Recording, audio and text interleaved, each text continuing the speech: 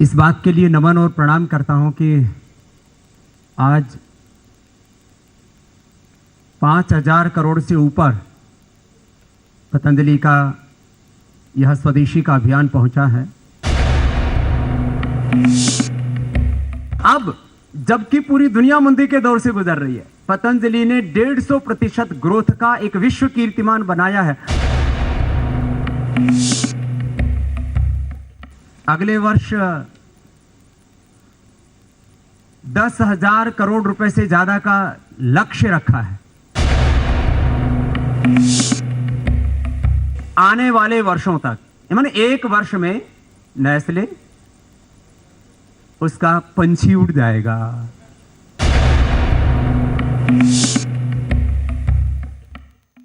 Colgate का gate बंद होने वाला है। 3 कंपनियों का तो शीर्षासन बहुत जल्दी हो जाएगा।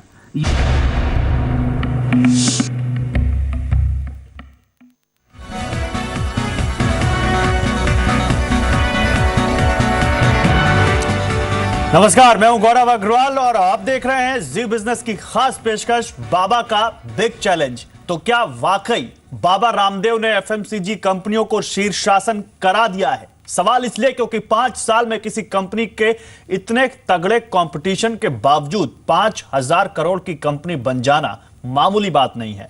बाबा ने इस मौके पर दूसरी कंपनियों का न केवल दूसरी कंपनियों को खुली चुनौती दी, बल्कि एक साल में 10,000 करोड़ की कंपनी बनने का टारगेट भी बताया। आज बात इसी पर करेंगे कि आखिर कैसे निपटेंगे एफएमसीजी कंपनियां बाबा रामदेव की पतंजलि से, बाबा के इस चैलेंज से, या इन सब पर भारी पड़ेगा बाबा का बिग चैलेंज।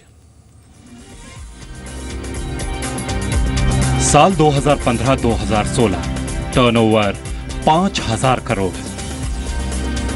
साल 2016-2017 टर्नओवर 10,000 करोड़। 4 साल में 100% की ग्रोथ। इन आंकड़ों ने एफएमसीजी बाजार में हलचल बढ़ा दी है। इन आंकड़ों ने कंपनियों की नींद उड़ा दी है और बाबा रामदेव ने भी दे दिया है इन कंपनियों का मार्केट शेयर खत्म करने का खुला चैलेंज।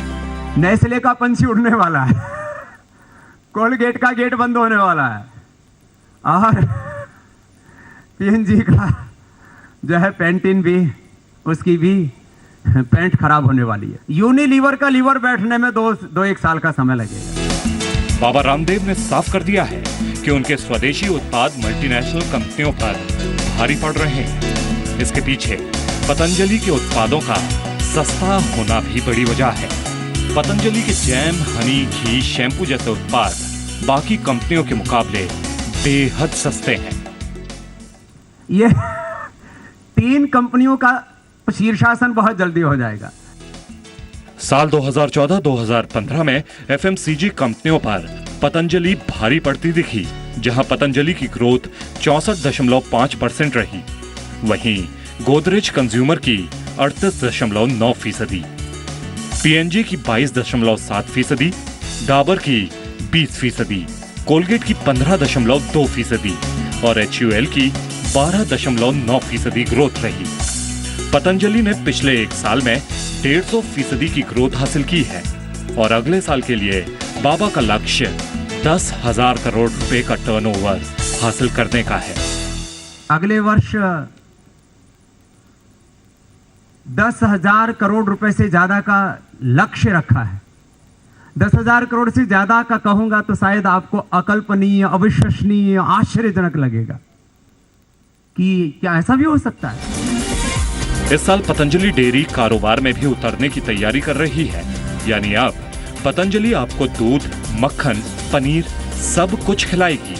इतना ही नहीं, बाबा रामदेव की नजर तेजी से बढ़ते ऑनलाइन कारोबार पर भी है।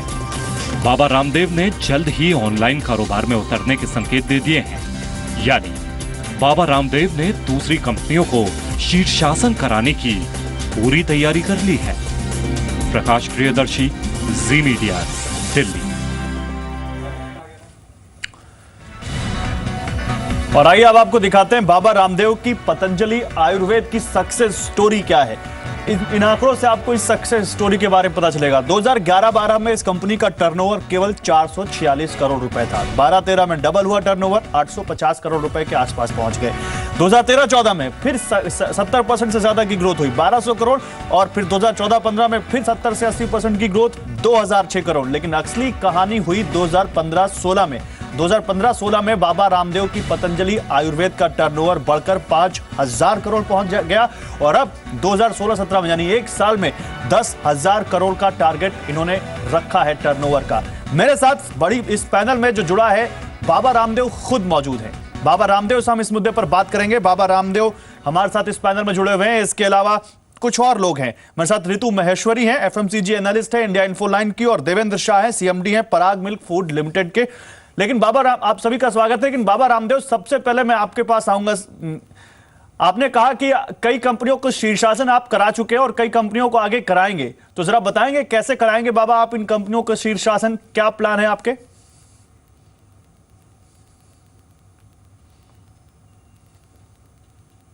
देखो, हम तो गांव के आदमी हैं, साधारण तरीके से चीज़ों को सोचते, मजाक में कई बार बातों को बोल देते हैं, वो तो हमारी आदत है।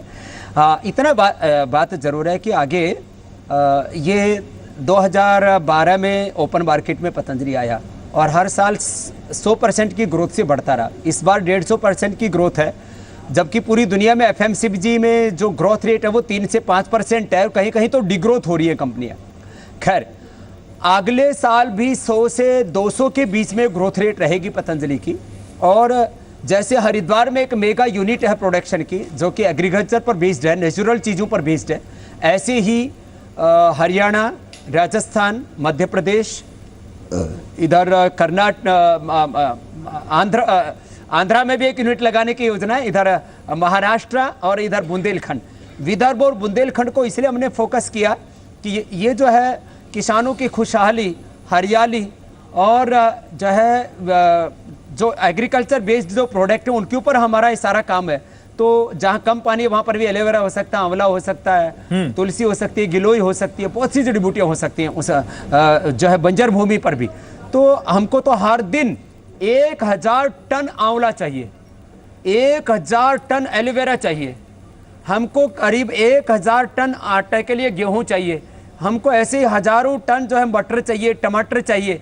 तो किसानों को हम सीधा लाभ दे सकेंगे, बिचौलिए हटेंगे, उनको ज्यादा प्रॉफिट मिलेगा, ज्यादा महंगी उनकी चीजें नहीं। लेकिन बाबा जी, एक सवाल है, खुशहाली आएगी तो कई दिशाओं से कार्य आगे बढ़ेगा। तो ये मात्र जो है एक किसी साबुन शैम्पू पर टिका हुआ जो है अभियान नहीं है। साबुन शैम्पू भी नेचुरल लोगों को मिले, वो हमारा मकसद है। दंतकांति वो हमने 26 जड़ी बूटियों से युक्त उपलब्ध कराया। नहीं, लेकिन बाबा रामदेव, एक सवाल है। सवाल यह है कि आप कह रहे हैं कि आप नेचुरल रेंज लोगों को उपलब्ध करा रहे हो, ठीक है, आप करा रहे होंगे, लेकिन सवाल यह है कि आपकी कंपनी का जो बिजनेस मॉडल है, इस पर लोग काफी हैरान है कि इतनी ज्यादा तरक्की कैसे कर रहे हैं आप। रॉकेट की तरह आपकी कंपनी ग्रोथ कर रही है, जबकि दूसरी एफएमसीजी कंपनियां नहीं कर पा रही हैं। इस मॉडल के बारे में कुछ बताएंगे? लोग आपको मार्केटिंग गुरु तक कहने लग गए। पहली बात, वर्ल्ड क्लास क्वालिटी का इंफ्रास्ट्रक्चर एंड रिसर्च का पूरा फाउंडेशन। तो अभी जो भी इंडियन बिजनेसमैन, यंगस्टर्स हैं, यंग एंटरप्रेन्योर्स हैं, वो जो आगे इस चीज़ को लेकर के जाना चाहते हैं, स्वदेशी ब्रांड्स को बढ़ाना चाहते हैं, उन सबको भी मैं कहना चाहता हूँ, अपना फाउंडेशन स्ट्रॉन्ग बनाओ। तो हमने 20 सालों में एक बहुत मजबूत फाउंडेशन तैयार किया, और वो फाउंडेशन 3 तरह का है। एक सोशल फाउंडेशन, आप अपने आप भरोसा पैदा करो, लोगों को लगना चाहिए आदमी बेईमान नहीं है, ये सच्चा आदमी है। तो सोशली ट्रस्ट पैदा करो। फिजिकली जो इंफ्रास्ट्रक्चर बनाओ, मैं झोपड़ी में रहता हूं अभी भी, नो एसी, नो कूलर, कुछ नहीं, लेकिन इंफ्रास्ट्रक्चर पतंजलि का ऐसा है, जो आएगा वो देखता कहता है ऐसा इंफ्रास्ट्रक्चर तो Germany, Japan, France, America, UK में भी नहीं है। तो infrastructure and research, knowledge, technology, science, उसको 100% इस्तेमाल किया हमने, एक बात। दूसरी बात, हमने लो प्रॉफिट पर काम किया। देखिए, कम प्रॉफिट कमाना धर्म है, ज्यादा मुनाफाखोरी, वो मुनाफाखोरी चोरी की तरह माना जाता है, उसको हमारे यहां बोलते हैं नाजायज मुनाफा, नाजायज फायदा नहीं उठाना चाहिए। अब हमने जो अभी तो हनी और सस्ता हो गया है, हमने हनी 70 रुपए का उपलब्ध कराया। हिंदुस्तान की कुछ कंपनियां वो 125-150 रुपए का बेच रही थी। ये तो अच्छी बात नहीं है ना। तो हमने वर्ल्ड क्लास क्वालिटी की चीज़ जो है, रिसर्च, इंफ्रास्ट्रक्चर, लो प्रॉफिट। तीसरी बात कि देखो विदेशी कंपनियां क्या इमोशंस लेती हैं, पेड ब्रांड एम्बेसडर लाती हैं, झूठे सपने दिखाती हैं और एक बहुत बड़ा ग्लैमर पैदा करती हैं, अदर नग्न माँ बहन बेटियों को अश्लीलता के साथ पेश करती है। हमने ये काम नहीं किया। हमने ग्लैमर से नहीं, हमने पैट्रोटिज्म से, चैरिटी से लोगों को जोड़ा कि जो इससे प्रॉफिट होगा पतंजलि से वो हम गाय की सेवा में लगाएंगे, एजुकेशन में लगाएंगे। तो ये 3 काम हमने किए, world class infrastructure, low profit and charity. ठीक है बाबा, आप रहिए हमारे साथ कुछ और खास मेहमान भी जुड़े हुए, उनसे ही बात करते हैं। देवेंद्र शाह हैं इस वक्त हमारे साथ, पराग मिल्क फूड्स लिमिटेड के सीएमडी हैं। और देवेंद्र, आपसे मेरा सवाल होगा, आप ऐसे कारोबार में हैं जिसमें काफी बड़ी बड़ी कंपनियां पहले से हैं। अब बाबा रामदेव भी दूध के कारोबार में, डेयरी प्रोडक्ट के कारोबार में उतरने की तैयारी कर रहे हैं। ऐसे में क्या आप इसको अपने लिए एक चुनौती मानते हैं और कैसे अपने कारोबार को आगे बढ़ा पाएंगे? आपका क्या कहना है? जो कंपनियों का अभी आपने नाम लिया है, हम तो गाय के घी और गाय के प्रोडक्ट का ही यूएसपी लेके ही हम लोग उसके जनक हैं। और बाकी कंपनियां भी लोग लेके आ रहे, सारे ऑर्गेनाइजेशन, तो वो सारे बोल रहे हैं कि अभी गाय गाय और गाय ही बात करें। तो हमें इसमें हेल्प ही होगी, इसमें कोई कंपटीशन नहीं होगा, ये मुझे लग रहा है। ठीक है, आप रहिए हमारे साथ। रुचिता महेश्वरी हमारे साथ जुड़ी हुई हैं, एफएमसीजी एनालिस्ट है। रुचिता, बड़ी इंटरेस्टिंग कहानी है बाबा रामदेव की पतंजलि आयुर्वेद की, जिस तरह से उसने ग्रोथ की है। और बाबा रामदेव ने एक और बड़ा अपने लिए टारगेट सामने रखा है, 10,000 करोड़ का। बाबा रामदेव के इस बिग चैलेंज को आप कैसे देखती हैं और क्या वाकई Patanjali is a now big threat for all FMCG companies in India?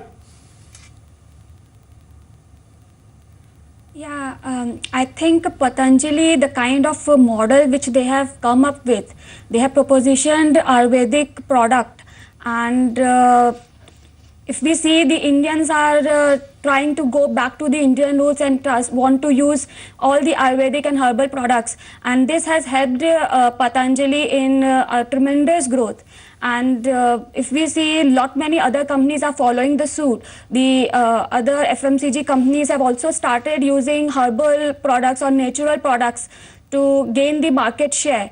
And the kind of Patanjali had given a growth of 150% over FY16 with and achieved the target of 5,000 crore, which have already they mentioned.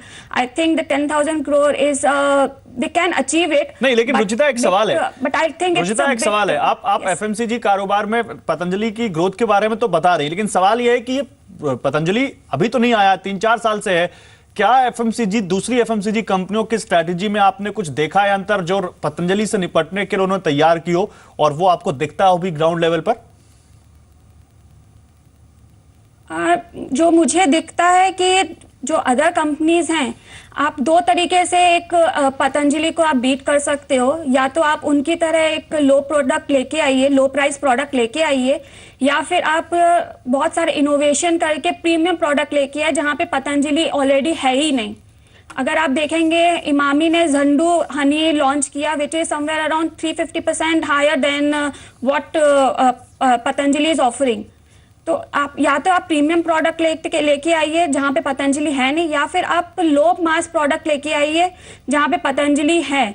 लेकिन अगर आप अभी देखेंगे, पतंजलि ने advertisement level पे पतंजलि अभी बहुत ज्यादा एग्रेसिव हो गया है, जो पहले नहीं था। तो और क्या इसकी ग्रोथ स्टोरी का ये भी एक कारण है? रुचिता, आप रहिए मेरे साथ महेश मूर्ति भी हैं, फाउंडर पिन स्टॉर्म के। महेश मूर्ति, उस दौर में जब देश में स्टार्टअप्स की बात हो रही है, एंटरप्रेन्योरशिप की बात हो रही हो, बाबा रामदेव के इस पतंजलि आयुर्वेद के मॉडल को आप कैसे देखते हैं? और बाबा का बिग चैलेंज की सारी दूसरी कंपनियों को शीर्षासन करा दूंगा, इसको आप कैसे देखते हैं? बाबा रामदेव कह रहे हैं इस बात को। तो मैं तो ये मानता हूँ कि जो अभी पतंजलि का जो कहानी है बहुत ही सही कहानी है, और इनके सक्सेस के पीछे 3 वजह है। जो रामदेव जी ने कहा था, उसके अलावा मैं 3 वजह देखता हूँ। पहली बात तो ये है कि हम ये क्यों सोचते हैं कि MNCs आर अनबीटेबल। आप पहले से देखें, निरमा ने जो सर्फ की ले ली थी, और जो ज्योति ने बाकी ब्रांड्स की ले ली है, और इमामी ने पॉन्ड्स की को बात लगाया। हमारे ऐसे बहुत ब्रांड्स हैं where we can take on global FMCG. ऐसे कोई कुछ सेक्रेट नहीं है ग्लोबल एफएमसीजी के बारे में कि हम उन्हें हरा नहीं सकते हैं। पहली बात यह है। दूसरी बात यह है कि this is a distribution play. अगर आप जाके चैनल में सबको बता सकते हैं कि देखो भैया इसके लिए डिमांड होगा, इसको लगा दीजिए, और जो आपके जो दुकानदार है वो आपको जानते हैं, ये पूरा जो दुकानदार लोगों हैं ये सब जानते हैं, ये वर्ग के लोग सब जानते हैं रामदेव जी को। So there is a huge advantage. और तीसरा और सबसे बड़ा महत्वपूर्ण चीज आप ये देखेंगे, ये जो बड़े बड़े एफएमसीजी हैं उनका हर एक प्रोडक्ट का हर एक कैटेगरी में अलग ब्रांड नेम होता है। आप नेस्ले दीजिए, या तो नेस्क्विक होगा, या तो मैगी होगा, या कुछ होगा, या कुछ और होगा, या आप हिंदुस्तान यूनिलीवर लेंगे तो हर एक कैटेगरी में शैम्पू का अलग नाम होगा, सोप का अलग नाम होगा। पर आप यहाँ पतंजलि ब्रांड में देखिए, या आप शैम्पू खरीदेंगे तो एक ही ब्रांड है पतंजलि, आटा खरीदेंगे तो वही ब्रांड है, घी खरीदेंगे तो वही ब्रांड है, दूध खरीदेंगे तो वही ब्रांड है, दंतमंजन खरीदेंगे तो वही ब्रांड है। एक ब्रांड को आप ये this is uni brand strategy. आजकल के बड़े बड़े ब्रांड जो है गूगल, माइक्रोसॉफ्ट जी, याहू, एप्पल जैसे एक ही ब्रांड को पालन करते हैं। जो एफएमसीजी के Procter and Gamble, Unilever type के मल्टी ब्रांड स्ट्रेटेजी आजकल डेड है। तो ये बहुत ही क्लेवर चीज या तो एक्सीडेंट हो या डायरेक्शन से किया कि एक ही ब्रांड है। और अगर आप एक पतंजलि का घी ले लेंगे तो उसके बाद आप सोच देंगे कि ठीक है कोई बात नहीं, उनका टूथपेस्ट भी ले लेंगे। कोई और एफएमसीजी सोचता नहीं है। ये जो सोच है एकदम सही है। Have only one brand to promote. ठीक है, एक ब्रांड जब ऐड करते हैं सारा प्रोडक्ट पे प्रमोट हो जाता है। ठीक है, मतलब आपके हिसाब से एक यूनिक स्ट्रैटेजी है मार्केटिंग की बाबा रामदेव की, और जिस तरह से उन्होंने एक यूनिवर्सल ब्रांड के तौर पर अपने पतंजलि ब्रांड को स्टैब्लिश किया और उसके बाद तमाम जितने भी चीजें थी, जितने भी उसमें रेंज थी, सबको उतारा। ये भी उनकी सक्सेस मंत्रा है उनका।